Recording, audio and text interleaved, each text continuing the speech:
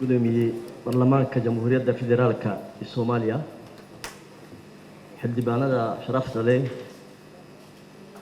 golaha shacbiga mudanayaal iyo marwooyin assalaamu calaykum waraxmatullaahi wabarakaatuh salaan kadib waxaan aad ugu mahadnaqayaa gudoomiyaha Sheekh Adan Maxamed Nuur martiqaadka uu u fidiyay anigu ku qanacsan inaan weydiiyay dalkayga labaad waxaan mar kale inagu mahadnaqayaa sida noo soo dhaweyseen onaan waligay iloobin l'Assemblée nationale de la République du Djibouti exprime sa gratitude au Parlement fédéral et au peuple somalien pour nous avoir conviés à effectuer cette visite officielle et surtout pour cette opportunité singulière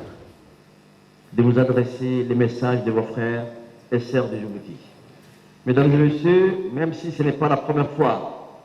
être en terre somalienne est à chaque fois une expérience particulière. Pour les Djiboutiens, au-delà des sentiments exaltants des retrouvailles, ce sont aussi des moments de célébration, des liens ancestraux profonds et une occasion supplémentaire de renforcer la fraternité qui unit nos deux peuples. Ces relations privilégiées, uniques, nous devons de la chérir comme un héritage légué par nos ancêtres, par une histoire, par une langue et une culture et par des valeurs communes.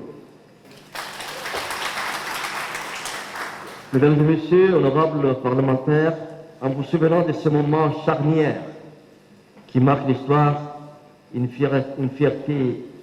inconsommable nous remplit d'autant qu'à cette époque, nombre d'entre nous y avons participé également à des degrés différents. Comme ambassadeur de mon pays en Éthiopie, à l'époque de ce tournant glorieux, je suis un témoin privilégié des péripéties des chantiers colossaux réalisés par mon pays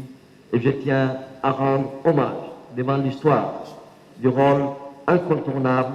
de l'initiateur de cet élan de la compassion fraternelle, son Excellence Ismaël Omar Guelleh. Mesdames et messieurs, honorables parlementaires, en rappelant nos mémoires, ces moments bâtisseurs de la relation fraternelle et solidaire qui unit Djibouti et la République de Somalie,